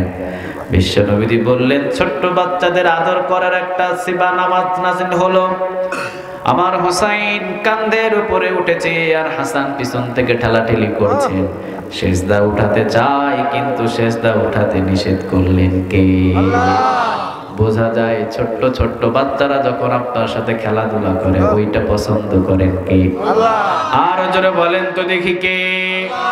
আবার ছোট্ট মানুষ অনেক কথা বলবে, আপনি রাগান্বিত হতে পারবেন না। ঠিক না বেঠিক? বিশ্বনবীজি কোনোদিন রাগান্বিত হতেন না। হুসাইন রাদিয়াল্লাহু তাআলা আনহু তিনি একদিন বিশ্বনবীজির সামনে যাবেন, শত শত সাহাবীদেরকে নিয়ে বিশ্বনবীজি জিহাদের বর্ণনা করছেন। বিশ্বনবী জিহাদের বর্ণনা করতে একজন সাহাবী বললেন, হুসাইন বাবা, আমার রাসূল সব সাহাবীদেরকে নিয়ে পরামর্শতে বসেছে, ওই জায়গায় যাওয়া যাবে না। হুসাইন বলেই ফেললেন, আমি আমার নানার চাইতে কোনো অংশে কম না। আল্লাহু আকবার। কত বড় কথা বললেন, চিন্তা করেছে? আমি আমার নানার চাইতে কোনো অংশে কম না, ছেড়ে দাও। দৌড় দিয়ে হযরত আলীর কানের ভিতরে যখন আওয়াজটা পৌঁছেছে, দৌড় দিয়ে এসে হযরত আলী, নিজের ছেলে হযরত আলীর খেয়ালও নাই, এমন দূরে একটা চাপ্পড় এবং ঘুষি দিয়েছেন। থোঁটাটা কেটে ঝুলে গেছে এক পাশে, ডান পাশে। হযরত আলী বলছেন, খবরদার হুসাইন, পৃথিবীর সব মানুষদের সাথে তুই তুলনা করতে পারবি, ওই মহামানবের সাথে কোনো তুলনা চলবে না। সব মানুষের সাথে তুলনা হবে, ওই মহামানবের সাথে কোনো তুলনা হবে না। আমি হযরত আলী যে মদিনা এবং মক্কার ভিতরে মহামানবটার সাথে তুলনা করবে, আসার দিয়ে লাড়ি বুড়ি বাহির করে দেব। বিশ্বনবীজি বুঝতে পারলেন, বললেন আলী হোসাইনকে ছেড়ে দাও। রক্ত মাখা মুখ নিয়ে চলে গেলেন, নানার কোলে বসলেন। ছোট বাচ্চাদের রাসূল কেমন ভালোবাসতেন, কারে বলে মহামানব, কারে বলে সৃষ্টির সেরা। আমরাও তো হয়েছি আখিরি জামানার পয়গম্বরের উম্মত, কিন্তু আমাদের বিন্দু পরিমাণ ধৈর্য নাই, ঠিক না বেঠিক? কেমন ধৈর্য দেখেন, বিশ্বনবী ছোট বাচ্চাদের কেমন মহাব্বত করতেন, আদর করতেন, এত বড় পয়গম্বর। বিশ্বনবী বললেন, নানা রাগ করিস না, তোর বাবা মেরেছে, নানা রাগ করিস না, যা তোর বাবার হয়ে আমি তোর কাছে সরি বললাম। বিশ্বনবীজি সাল্লাল্লাহু আলাইহি ওয়াসাল্লামকে হুসাইন বললেন, নানা আপনিও রাগ কইরেন না, আমি একটু বড় কথা বলে ফেলেছি, তবে নানা যে বলেছি কথা, এই কথা ফালায়া দেওয়ার মতো না। সুবহানাল্লাহ বলেন। আরে হুসাইন তো অন্য কোন বংশের মানুষ না, হুসাইন তো রাসূলের বংশের মানুষ, ঠিক না বেটা? ও মিয়া, রক্ত তো ওইটাই, অন্য কোন রক্ত তো হুসাইনের শরীরে নয়। হুসাইন যে কথাগুলো বলেছে একবারে বিবেকহীন কথা বলে নাই। সুবহানাল্লাহ বলেন। আবু বকর পাশ থেকে বলেন, এই হুসাইন কার সাথে এত কথা বলিস, কি কথা বলিস? হুসাইন বললেন, না না, আমার আর আপনার সাথে হিসাব চলে। এই বেটা আবু বকর এত ফেটর ফেটর করে কেন? বিশ্বনবীজি বললেন, এই যে আবু বকর একটু শান্ত হও, আবু বকর হুসাইনের সাথে তর্ক করতে যাও না। এই হুসাইন তো সাধারণ কোনো মানুষ না, নবীর বংশের মানুষ। সুবহানাল্লাহ বলবে। যেমন হযরত ওমর, ওমরের ছেলে আব্দুল্লাহ, আব্দুল্লাহকে মাদ্রাসা পাঠালেন, হুসাইনও গেলেন মাদ্রাসায়। প্রতিদিন টেবিলের উপরে হুসাইন এবং আব্দুল্লাহ একই সাথে বসেন। হুসাইন আব্দুল্লাহর কলমটা নিয়ে নিচে ফেলে দেয়, আবার আব্দুল্লাহ উঠায়, আবার ফেলে দেয়, আবার উঠায়, আবার ফেলে দেয়, আবার উঠায়। আব্দুল্লাহ বললেন, হুসাইন আমি কি তোমার চাকর নাকি? হুসাইন বললেন, তুমি তো চাকর না, তুমি তো গোলামের ঘরের গোলাম। তুমি গোলাম না, তুমি গোলামের ঘরের গোলাম। আব্দুল্লাহ চলে গেলেন কাঁদতে কাঁদতে ওমরের কাছে। ওমরের কাছে গিয়ে বললেন, আমাকে গোলামের বাচ্চা গোলাম বলেছে হুসাইন। ওমর বললেন, ঠিক আছে বাবা, রাগ করিস না, জুমার দিনে এইটার আমি ফায়সালা করে দেব। জুমার খুতবা দেওয়ার আগেই হুসাইনকে ডাকলেন, বাবা হুসাইন এদিকে আসো। হুসাইন আসলেন। ওমর বললেন, বাবা হুসাইন তুমি কি আব্দুল্লাহকে গোলামের ঘরের গোলাম বলেছ? হুসাইন বললেন, হ্যাঁ বলেছি। কেন বাবা, তুমি গোলামের ঘরের গোলাম কেন বললা? হুসাইন বলেন, কেন আমি বলেছি আপনি জানেন না? আপনি কি আমার নানার গোলাম ছিলেন না? আপনি কি আমার নানার গোলাম ছিলেন না? হযরত ওমর কান্না দিয়ে দিলেন। আব্দুল্লাহরে বললেন, বাবা আব্দুল্লাহ তাড়াতাড়ি কালি আর তাড়াতাড়ি একটা খাতার ব্যবস্থা কর, নিয়ে আসলেন। ওমর বললেন, বাবা হুসাইন তুমি কি লিখে দিতে পারবা এই জায়গায় যে আমি রাসূলের গোলাম ছিলাম? হুসাইন বললেন, কেন পারবো না আমি? দেন আমি লিখে দিচ্ছি। লিখে দিলেন মুহাম্মদ, মুহাম্মাদের গোলাম হলেন ওমর। ওমর বললেন, বিশ্বনবীর বংশের মানুষের হাতের লেখা, কিয়ামতের ময়দানে যদি ওমরের কোনো আমলের কোনো দাম না থাকে, বিশ্বনবীর বংশের এই গোলাম আমি রাসূলের গোলাম ছিলাম, এইটা আমার কাজে লাগবে। আল্লাহু আকবার।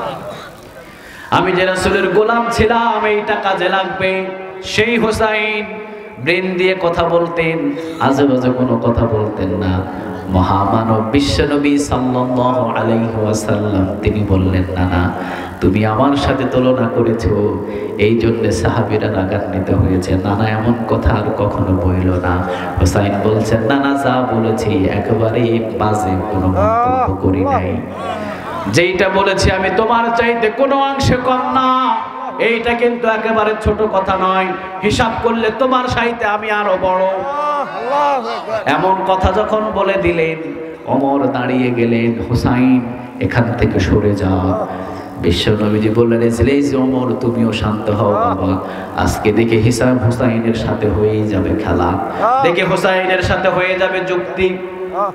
বল হুসাইন কোন দিক দিয়ে তুই আমার কাছ থেকে বড়? মজার খেলা হচ্ছে এখানে। বিশ্বনবী সাল্লাল্লাহু আলাইহি ওয়াসাল্লামের সামনে হুসাইন বললেন, নানা আপনি বলেন তো দেখি আপনার বাবার নাম কি? বিশ্বনবী বললেন, আমার বাবার নাম আব্দুল্লাহ। হুসাইন বললেন, খালি আব্দুল্লাহ, সামনেও কিছু নাই পিছনেও কিছু নাই। আপনি আমার আব্বাকে চিনেন নাকি? আখেরি পয়গম্বরের জামাতা হলেন আমার আব্বা। আমার আব্বা হলেন আখেরি পয়গম্বরের বংশধর, আমার আব্বা হলেন আখেরি পয়গম্বরের চাচাতো ভাই। আমার বাবা এমন আব্বা, তিনি খালিদ, যিনি হলেন হযরত আলী রাদিয়াল্লাহু তাআলা আনহু। আল্লাহ রাব্বুল আলামিন কাফেরদের জন্য যাকে দুনিয়াতে বাকস্বরূপ প্রেরণ করেছে। যেই যুদ্ধের ময়দানে আলী থাকে, ওই যুদ্ধের ময়দানে সমস্ত কাফের আগেই বুঝে যায় ইসলামের বিজয় হবে। এমন বাবা, সম্মানিত বাবা তো আপনি পান নাই। আমার বাবা আলী দুনিয়াতে থাকতে আশারায়ে মুবাশশারা 10 জন জান্নাতের সুসংবাদের ভিতরে আমার বাবা 4 নম্বর। সুবহানাল্লাহ বলবেন। বিশ্বনবী বললেন, তাই তো কথা, বাবার দিক দিয়ে ঠিক আছে হুসাইন, তুমি আমার চাইতে সম্মানী, আমার চাইতে সম্মানী হুসাইন, যাও বাবার দিক দিয়ে তুমি আমার চাইতে বড়। হুসাইন বললেন, এইবার আসেন মায়ের দিক দিয়ে, আপনার মায়ের নাম কি? বিশ্বনবী বললেন, আমার মায়ের নাম আমিনা। হুসাইন বললেন, আমার মায়ের আপনি চিনেন নাকি? আখেরি পয়গম্বরের একবারে আদরের সবচাইতে ছোট মেয়ে ফাতিমা রাদিয়াল্লাহু তাআলা আনহা, যিনি হাজার লক্ষ লক্ষ নারীদের জান্নাতের সরদারিনী হবেন। সুবহানাল্লাহ। যার হাতে সরদারিনীর একটা পতাকা থাকবে, তিনি সামনে যাবেন, লক্ষ কোটি কোটি মহিলা পিছনে পিছনে জান্নাতে যাবে। দুনিয়াতে থাকতে জান্নাতের সুসংবাদ পেয়েছে আমার মা, আপনি তো এমন সম্মানিত মা পান নাই। বিশ্বনবী বললেন, তাই তোরে হুসাইন, যা আমার মায়ের দিক থেকেও তুই সম্মানিত। সুবহানাল্লাহ। ভূত পাইলেন কয়টা? আরো জোরে বলেন কয়টা? হুসাইন বললেন, বলেন তো দেখি আপনার নানির নাম কি? বিশ্বনবী বললেন, আমার নানির নাম অমুক। হুসাইন বললেন, কে চিনে আপনার নানিকে? আপনি কি আমার নানিকে চিনেন নাকি, যাকে আমার আল্লাহ সালাম দিচ্ছে? যাকে আমার আল্লাহ সালাম দিয়েছে, যিনি কবর থেকে অত্যন্ত বেশি ভয় করার কারণে আল্লাহ খবর পাঠিয়েছিলেন, ও নবী আপনার এই খবর থেকে কবরে নামিয়েছিলেন আমার নানা। নামানোর পর কবরের প্রশ্নগুলো আমার নানি ভয়ে দিতে পারবে না, এই জন্য আমার নানাকে দাঁড় করিয়ে রেখেছিলেন। আমার নানা কবরের প্রশ্নের জবাবগুলো দেবে, কিন্তু আমার নানা দীর্ঘ সময় দাঁড়িয়েছিল, কোন ফেরেশতা আসে নাই। জিবরিল এসে বলেছিলেন আমার নানাকে, ও নবী আপনি এতক্ষণ দাঁড়িয়ে আছেন কেন? বিশ্বনবীজি আমার নানা বলেছিলেন, আমার এই খাদিজাকে আমি কথা দিয়েছিলাম, ওয়াদা দিয়েছিলাম, এই কবরের প্রশ্নের জবাব আমার খাদিজা দিতে পারবে না, আমি মুহাম্মদ দিয়ে দিব। সুবহানাল্লাহ। আমার আল্লাহ সেই দিন আমার নানাকে বলেছিল, ও নবী আপনি চলে যান, আপনি তো একাই খাদিজাকে ভালোবাসেন না, আমি আল্লাহ তো খাদিজারে বেশি ভালোবাসি। যেই দিন কবর থেকে আপনার কাছ থেকে প্রশ্নগুলো চেয়েছিল, সেই দিনই আমি আল্লাহ নিজেই খাদিজার সব কবরের জবাবগুলো দিয়ে দিয়েছি। সুবহানাল্লাহ। যে আমার নানিকে আমার আল্লাহ এত সম্মান দিয়েছে, সালাম দিয়েছে, যেই নানি জান্নাতে প্রাসাদ তৈরি হয়ে আছে, আপনার নানি বলেন তো দেখি কে চিনে? বিশ্বনবী বললেন, তাই তোরে নানা, আমার নানির দিক দিয়েও তো তুই অনেক বড়। এইবার হুসাইন বললেন, এখনো শেষ হয় নাই, আপনি বলেন তো দেখি আপনার নানার নাম কি? বিশ্বনবী বললেন, আমার নানার নাম হলো ওয়াহাব জোহরি। কে ওয়াহাব জোহরি? কোথাকার ওয়াহাব জোহরি? কে চিনবে ওয়াহাব জোহরি? আমার নানাকে আপনি চিনেন নাকি? আমার নানা হলো সেই নানা, ওয়ামা আরসালনাকা ইল্লা রাহমাতাল লিল আলামিন। আমার নানা যেখানে রহমত সেখানে। আমার নানা কিয়ামতের ময়দানে না যাওয়া পর্যন্ত বিচারের কাজ আল্লাহ শুরু করবে না। আমার নানা কিয়ামতের ময়দানে আল্লাহ নিজেই বলবেন, ও নবী আপনি আগে কথা বলেন। কিয়ামতের ময়দানে আমার নানা কথা না বলা পর্যন্ত বিচারের কাজ শুরু করবে না আমার আল্লাহ। আমার নানা কথা বলতে চাইবে না। আমার নানা চুপ হয়ে থাকবে, শুধু প্রশংসা করবে আল্লাহ। সাথে সাথে আল্লাহ বলবেন, ও নবী এত প্রশংসা করেছেন, প্রশংসার মাত্রাটা একটু কমান, এই ছাড়া যত মানুষ আছে সবগুলোই তো জান্নাতে নিয়ে যাবে।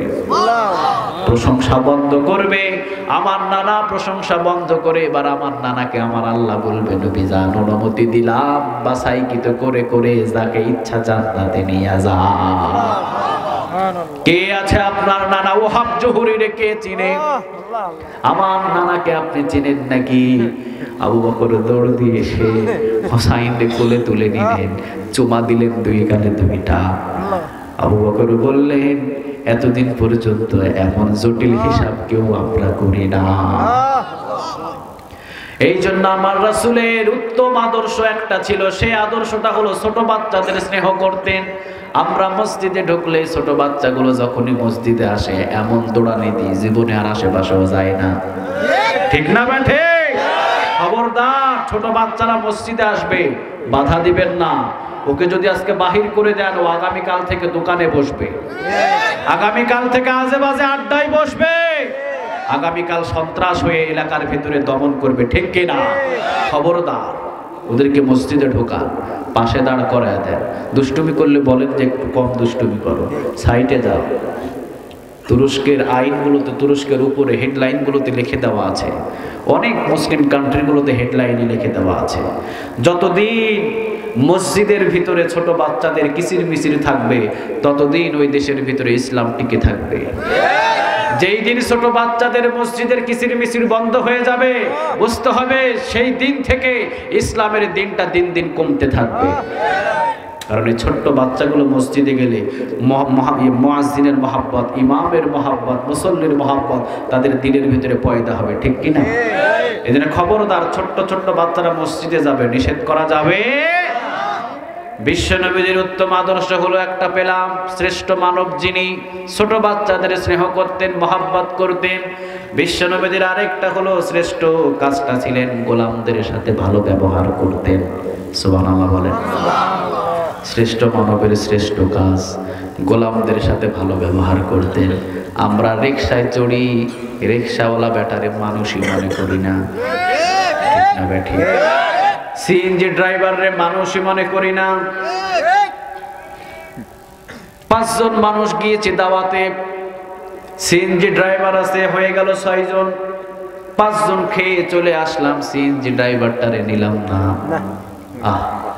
আমি নিজে একদিন চট্টগ্রামের একটা প্রোগ্রামে, বিয়ের অনুষ্ঠানে আমার ড্রাইভার নিয়ে গেছি আমি। তারা অনেকবার ফোন দিচ্ছে, হুজুর আসেন, আপনি সরা দিবেন এই বিবাহে। ঠিক আছে, গেলাম। আমি ঢুকছি, আমাকে বলছে ড্রাইভারের এলাও নাই। আমি বলছি, গোষ্ঠী কিলা তোর বিয়ের বেটা, যেই বিয়েতে আমার ড্রাইভার ঢুকতে পারবে না ওই বিয়েতে আল্লাহ লানত পড়বে। মানুষরে মানুষ মনে করস না, তোরা কি মনে করছস? ড্রাইভার কি মানুষ নয়? কথা কর না কেন? মানুষ নয়? রাসূলের সুন্নাত তোদের বিবাহে নাই, তোদের বিবাহিতে বরকত হবে না। বাসর রাতে ভেঙে যাবে বিবাহ। যা, বাসর রাতে ঢুকানোর আগে 2 জর্দা দিয়ে 2 দিনা বাইর হয়ে যাবে। রাগান্বিত হয়ে গেলাম। তারা বললেন, হুজুর উপর থেকে নির্দেশ নাই। আমি বললাম, কে নির্দেশ দেয় নাই? তাড়াতাড়ি আন। তাড়াতাড়ি সামনে আসলেন, দেখলাম যে আমাকে ইনভাইট করেছে ওই মানুষটা। আমি বললাম, আপনি আমাকে ইনভাইট করলেন, মহব্বত করলেন আলেম দেখে, আর ড্রাইভার দোষ করলো কি? কি দোষ করছে? ওকে মানুষ না? ওর মনে যদি আপনি কষ্ট দেন, কিয়ামতের ময়দানে ওই কষ্টের প্রতিফল আপনাকে দিতে হবে। ঠিক না ব্যাঠে? কোন মানুষকে কষ্ট দেবেন, আঙ্গুল তুলে কথা বলবেন, আল্লাহ সহ্য করবে না। আল্লাহ বলেন, আমার হক নষ্ট করবি, আমি কিয়ামতের ময়দানে মাফ করব। বান্দার হক যদি নষ্ট হয়, কিয়ামতের ময়দানে তোকে অবশ্যই তোকে জবাব দিতে হবে। খবরদার। বাকি যতগুলো ড্রাইভার ছিল আল্লাহর রহমতে সবগুলার এলাও করছে। এই জন্য বিশ্বনবীজি গোলামদের সাথে খুব ভালো ব্যবহার করতেন। আপনি আমার ড্রাইভারের কাছে যান, জিজ্ঞাসা করেন, একই প্লেটে আমরা ভাত খাই, একই সাথে আমরা চা খাই, একই সাথে আমরা উঠি, একই সাথে আমরা বসি। আলহামদুলিল্লাহ। স্মরণ করেছিলাম ওই দিনের কথা, রাসূল সাল্লাল্লাহু আলাইহি ওয়াসাল্লামের একজন খেদমতের জন্য হযরত আনাস রাদিয়াল্লাহু তাআলা আনহু 8 বছর বয়সে এসেছেন। কয় বছর? সবাই বলেন 8 বছর বয়সে আসলেন হযরত আনাস রাদিয়াল্লাহু তাআলা আনহু। ছোট্ট মানুষ, বিশ্বনবীজি আনাস রাদিয়াল্লাহু তাআলা আনহুকে কোনো কাজ করার জন্য আদেশ দেয় না। হযরত আনাস রাদিয়াল্লাহু তাআলা আনহু তিনি বললেন, ও নবী, আপনি আমারে তো একটাও কাজ দেন না। বিশ্বনবীজি বললেন, যাও আনাস, ওই জায়গাতে পানি নিয়ে একটু খেলাধুলা করো। সুবহানাল্লাহ বলবেন না? ওইটাই তোমার কাজ। যাও আনাস, ওই জায়গাতে গিয়ে ওইটা করো, ওই জায়গাতে গিয়ে ওইটা করো। একটু আস্তে আস্তে যখন একটু বড় হলেন, বিশ্বনবীজি একদিন বললেন, আনাস, আমার অমুক সাহাবীর বাড়ি থেকে অমুক জিনিসটা নিয়ে আসো। আনাস রাদিয়াল্লাহু তাআলা আনহু তিনি বলেন, আমি রওনা দিলাম। বিশ্বনবীজি সাহাবীর বাড়ির নাম বলেন, আমি রওনা দিলাম। রওনা দিতেই দেখলাম রাস্তার পাশে ছোট্ট ছোট্ট আমার বয়সী ছোট্ট ছোট্ট বাচ্চাগুলো খেলাধুলা করছে। আমি খেলাধুলার ভিতরে মত্ত হয়ে গেলাম। খেলতে খেলতে ঠিক একবারে সন্ধ্যা হয়েছে। বিশ্বনবীজি ওই সাহাবীর বাড়ি থেকে ওই জিনিসটা আনতে বলেছে, আমার মনেই নাই। আনাস বর্ণনা করেন, আমি খেলতে খেলতে সন্ধ্যা হলো, হঠাৎ করে তাকিয়ে দেখলাম আমার রাসূল আমার খেলার পাশে এসে দাঁড়িয়ে আছে। রাসূল চিন্তা করলেন, কিরে আনাসকে আমি কাজ বললাম, সন্ধ্যা হয়ে গেল, এখনো আসে না কেন? রাসূল তাকিয়ে তাকিয়ে যেতে যেতে দেখলেন যে সাহাবীর বাড়িতে পাঠিয়েছি, ওই সাহাবীর বাড়ি থেকে একটু দূরে খেলাধুলা করছে। আনাস বললেন, আমার রাসূল দাঁড়িয়ে আছে, দাঁড়িয়ে আছে আমার রাসূল। খেলতে খেলতে আমার রাসূলের চেহারার দিকে যখন আমার চোখ পড়লো, আমার রাসূল মুস্কি একটা হাসি দিলেন। হাসি দিয়ে বললেন, আনাস, তোমাকে যে কাজটা বলেছিলাম আমি রাসূল একাই করে নিয়েছি, খেলা শেষ করে বাড়ি ফিরে এসো। কারে বলে আদর্শ! আর আপনি গোলাম রে এমন করেন। আপনি হলেন খাইলেন মিয়ামি হোটেলে ভালো ভালো জিনিস, আর হোটেল যেই কর্মচারী বা যে কাজের বুয়া বা আপনার যে মেয়ে ছেলেদেরকে দেখাশোনা করে, ওই মেয়েটাকে বসার জন্য একটা টেবিলও দেন না, ঠিক কিনা? দেখা যায় মিডিয়াতে অ্যাভেলেবেল দেখা যায়। কি মনে করছেন আপনি?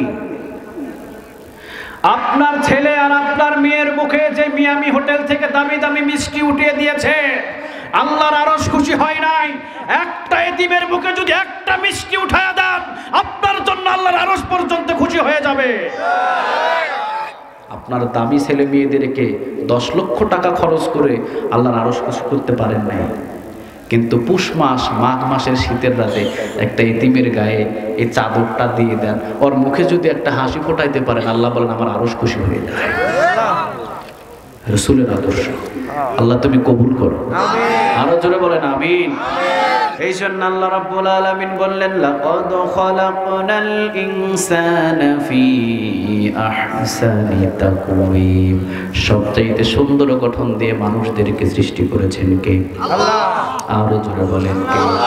তবে মানবদের ভিতরে শ্রেষ্ঠ মানব তিনি হলেন মুহাম্মদ সাল্লাল্লাহু আলাইহি ওয়াসাল্লাম। আল্লাহ মানুষদেরকে সৃষ্টি করলেন সবচেয়ে সুন্দর গঠন দিয়ে। আবার আল্লাহ রাব্বুল আলামিন তিনি বললেন, সুম্মা রাদাদনাহু আসফালা সাফিলিন। আবার আমি মানুষদেরকে নিচ থেকে একেবারে নিচের দিকে নামিয়ে দিই। নিচের দিকে নামাই কে? আল্লাহ। আরো জোরে বলেন কে? আল্লাহ। ডক্টর মুরাদ হাসান কয়েকদিন আগে সম্মান পাইছিলেন, এখন উপরে না নিচে? কথা কর না কেন? এই নিচে নামায়া দিলেন কে? আল্লাহ। যে ইসলামের বিরুদ্ধে দাঁড়াবে আল্লাহ কখনো তাকে উপরে উঠায় না, 10 হাত জমিনের নিচে তাকে দাফন করে। খবরদার, সুম্মা রাদাদনাহু আসফালা সাফিলিন। আল্লাহ একবারে নিচ থেকে নিচের দিকে নিয়ে যায়। প্রথম নম্বর বর্ণনা, যে কোরআনের বিরোধিতা করবে, ইসলামের বিরোধিতা করবে, আল্লাহর বিরোধিতা করবে, দ্বীনের বিরোধিতা করবে, সে কখনো উপরে উঠে থাকতে পারবে না। হোক সে সম্মানিত, হোক সে চেয়ারম্যান, হোক সে এমপি।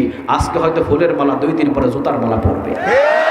এটা পরাবেন কে? আল্লাহ। কুলিল্লাহুম্মা মালিকাল মুলক। এর হাত দিয়ে 2 কেজি ওজনের কোনো বস্তাও ছাড়তে পারে না। এইটা কমাইলো কে? দাঁত ছিল কত সুন্দর, গোশত দিলে এখন আর খাইতে পারে না। বিয়ে শাদীর জায়গায় 90 বছরের বুড়া গোস্ত খোঁজে, হাড্ডি আর খুঁজে না। যৌবন বয়সে হাড্ডি সহ কামড়ায় খাইছে, বৃদ্ধ বয়সে হাড্ডি পারে না। দাঁতের শক্তি কমাইল কে? নাতি সামনে ঘোরাঘুরি করে, নিজের নাতিরেও চিনে না, চোখের দৃষ্টি কমাইল কে? আসফাল সাফিলিন। কিছু কিছু মানুষদের দাম আল্লাহ কমায় না। দেখবেন পুষ মাঘ মাসের শীতের রাতে যুবকরা কম্বল গায়ে দিয়ে ঘুমিয়ে থাকে। 90 বছরের বুড়া হাতের ভিতরে লাঠি নিয়ে দিনের বেলা নিজের শরীরটা নিয়ে চলতে পারে না। ওই মানুষটাই আবার রাতের 2টা বাজে ঠান্ডা পানি দিয়ে উজু করে তাহাজ্জুদ নামাজে ঘন্টার পর ঘন্টা দাঁড়ায় থাকে। সুম্মা রাদাদনাহু আসফালা সাফিলিন। আসফাল সাফিলিন, কিছু মানুষদেরকে আল্লাহ রাব্বুল আলামিন সম্মান কখনো কমায় না। তারা কারা? ইল্লাল্লাযীনা আমানু ওয়া আমিলুস সলিহাত ওয়া তাওয়াসাউ বিল হক ওয়া তাওয়াসাউ বিস। ইল্লাল্লাযীনা আমানু, যারা ঈমান এনেছে, ওয়া আমিলুস সলিহাত, নেক আমল করেছে। সূরা আসর পড়লে আপনারা বুঝতে পারবেন 4টা কাজ যার ভিতরে থাকবে তার সম্মান কখনো কমে না। ঠিক না বেটে? কখনো আল্লাহ সম্মান কমায় না। এই জন্য আল্লাহ রাব্বুল আলামিন বললেন, বৃদ্ধ হলেও যদি সম্মান টিকিয়ে রাখতে চাস, ইল্লাল্লাযীনা আমানু, ঈমানদার হতে হবে। প্রথমে কি? আরো জোরে বলে। আগে ঈমানদার। আগে ঈমান নাকি আগে আমল? আগে কি? সবাই বলেন আগে কি? পয়েন্ট পাইলাম কয়টা? শ্রেষ্ঠ মানব করে আমাদেরকে বানাইছে কে? আরো জোরে বলেন তো দেখি কে? পৃথিবীর সব মানুষদের চাইতে একটা মানবরে শ্রেষ্ঠ বানিয়েছে, যার আদর্শ নেওয়ার জন্য হুকুম দিলেন কে? আবার বললেন বৃদ্ধ হলেও আল্লাহ তাদের দাম বজায় রাখবে, যারা ঈমানদার। যারা ঈমানদার, আগে ঈমানের পরে আমল। ঈমান নাই আমল করে লাভ নাই। ঠিক না বেটি? ঈমান নাই আমল করে।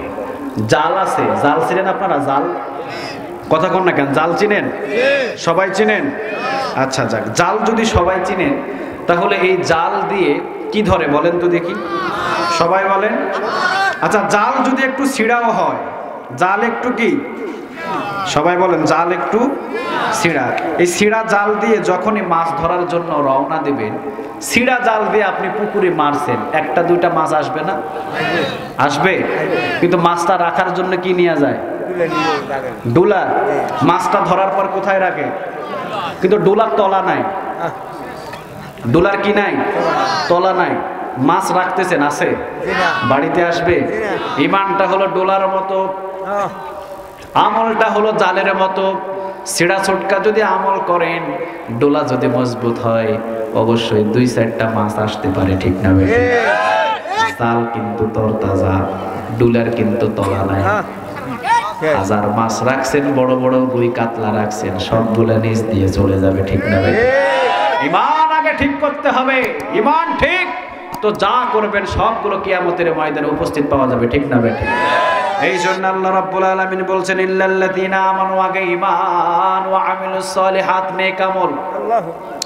ফালাহুম আজরুন গায়রু মামনুন ফামা ইউকাযযিবুকা বা'দু বিদ্দীন আলাইসাল্লাহু বিআহকামিল হাকিমিন। আল্লাহ বললেন আগে ঈমান, এরপরে আমল। আগে ঈমান, এরপরে আরো জোরে বলেন এরপরে। আগে আমল নাকি ঈমান? আরো জোরে বলেন আমল নাকি ঈমান? আল্লাহ বলেন ঈমান আনবি, এরপরে আমল করবি। ছোট্ট আমল করলে উহুদ পাহাড় পরিমাণ নেক আমি আল্লাহ তোর আমল নামায় দিয়ে দিব। ছোট্ট একটা নেক আমল শোনেন, ছোট্ট একটা নেক আমল, যে নেক আমল আমরা সবাই করতে পারি। মসজিদ থেকে আমার মুরব্বী চাচা বাহিরে হয়েছে, হাতের ভিতরে একটা লাঠি। মসজিদের বাহিরে আসার পর পায়ের ভিতরে জুতা পরতে গিয়ে হাতের লাঠিটা পড়ে গেছে। আপনি দৌড় দিয়ে এসে হাতের লাঠি উঠাইয়া দেওয়ার জন্য চেষ্টা করছেন, অথবা হাতের লাঠিটা আপনি উঠাইয়া দিয়া চাচার হাতে ধরাইয়া দিয়েছেন, চাচা নেন। আল্লাহ বলছেন 10 বছরে ইতিকাফের নেক আমল নামায় জমা করে দিলাম। একটা ইতিকাফ উহুদ পাহাড়ের 3টা উহুদ পাহাড় পরিমাণ নেক আমল নামায় জমা হবে। 10 বছর মানে 10টা ইতিকাফ। শুধু লাঠি উঠায়া দিলেন, ছোট্ট একটা নেক আমল করলেন। লাঠি উঠায়া দিলেন, 10 বছর ইতিকাফের নেক আমল নামায় জমা করে দিলেন কে? তাহলে আগে ঈমান, এরপরে সুন্দর করে বানিয়েছে জান্নাত দেওয়ার জন্য, জাহান্নাম দেওয়ার জন্য নয়। আমরা যেন রাসূলের আদর্শ অনুযায়ী আমাদের মান সম্মানটা বুঝে যেন নেক আমল করতে পারে। আল্লাহ তুমি কবুল করো। আরো জোরে বলেন আমিন। সূরা ইয়াসিন থেকে যতটুকু আলোচনা করেছি, আল্লাহ আমাদের সবাইকে আলোচনা বোঝার তৌফিক দান করুন। আমরা প্রত্যেকে মোনাজাতের দিকে যাব, কারণ 12টার আগেই আলোচনাগুলো গুছিয়ে ফেলা প্রয়োজন। মাহফিলের পরে আমাদের আরেকটা আমল থাকে, বলেন আমলটা কোনটা? কোন নামাজ? শীতও বেশি, আবার বসেও আছেন দীর্ঘ সময়।